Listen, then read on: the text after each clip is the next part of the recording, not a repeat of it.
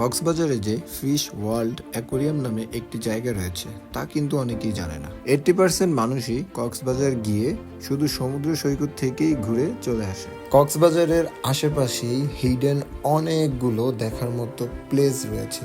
আজকের এই ভিডিওতে আমি আপনাদেরকে জানানোর চেষ্টা করব এই ফিশ ওয়ার্ল্ড অ্যাকোরিয়ামটি কক্সবাজারে কোথায় অবস্থান করছে এবং কক্সবাজার ইনানি বিচ থেকে এই ফিশ ওয়ার্ল্ডের দূরত্ব কতটুকু। যারা যারা এই জায়গাটিতে গিয়েছেন অবশ্যই কমেন্টে জানাবেন আপনাদের কাছে এই ফিশ ওয়ার্ল্ডটা কেমন লাগে। আর যারা এখনো কক্সবাজারের এই অ্যাকোরিয়ামে প্রবেশই করেন না তাদের জন্য আজকের এই ভিডিওতে জানানোর চেষ্টা করব এই অ্যাকোরিয়ামে প্রবেশের টিকিট কত এবং এখানে প্যাকেজে কি কি জিনিস রয়েছে।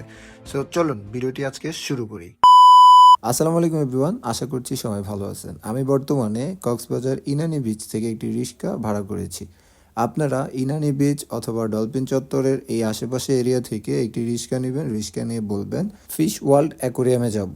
কক্সবাজারের যে কোনো জায়গা থেকে রিক্সা ভাড়া নেবে 30 থেকে 60 টাকা পর্যন্ত। অবশ্যই আপনারা রিক্সা ভাড়াটা দামাদামি করে নেবেন।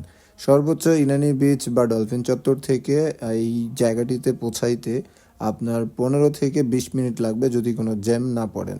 রিক্সা বা অটো আপনাকে সোজা এই অ্যাকোরিয়ামের একবারে সামনে নিয়ে আসবে। এখানে এসে আপনার টিকিট ক্রয় করতে হবে। এখানে আপনি যদি কোনো প্যাকেজ সিস্টেমে না যান তাহলে জনপ্রতি টিকিটের মূল্য মাত্র 300 টাকা। 3 ফুট 6 ইঞ্চি বাচ্চাদের জন্য কিন্তু টিকিট মূল্য ফ্রি। আর আপনারা যদি এটার ভিতরে প্রবেশ করতে চান, আর এখানে কিন্তু অনেক রকম রাইড আছে, অনেক রকম খেলাধুলা আছে। আপনারা যদি প্যাকেজিং সিস্টেমটা করেন তাহলে 720, 620 এর মধ্যে আপনারা সকল প্রকার রাইড পেয়ে যাবেন। সো আপনারা অবশ্যই এই প্যাকেজিংটা একটু দেখে নেবেন। যারাই আসতে চান প্যাকেজিংটা দেখে নিলে আশা করি আপনাদের জন্য সুবিধা হবে। আপনারা ভিতরে যতগুলা রাইড রয়েছে, ভিতরে যতগুলা খেলাধুলার ব্যবস্থা রয়েছে সবগুলোই আপনারা চাইলে আপনি অথবা আপনার বাচ্চাদেরকে নিয়ে উপভোগ করতে পারবেন। ভিতরে জায়গাটা বিশাল বড়, 3-4 তলা ফ্লোরে আপনার দেখার মতো অনেক অনেক জিনিস রয়েছে, যা হয়তো ভিডিওর মাধ্যমে যদি আমি পুরোপুরি দেখাইতে যাইতাম তাহলে আমার প্রায় 15 থেকে 20 মিনিট বা আধা ঘন্টারও উপরে ভিডিওটা হয়ে যেত। সো আমি যতটুকু সম্ভব আপনাদেরকে ছোট ছোট ক্লিপস করে দেখানোর চেষ্টা করছি।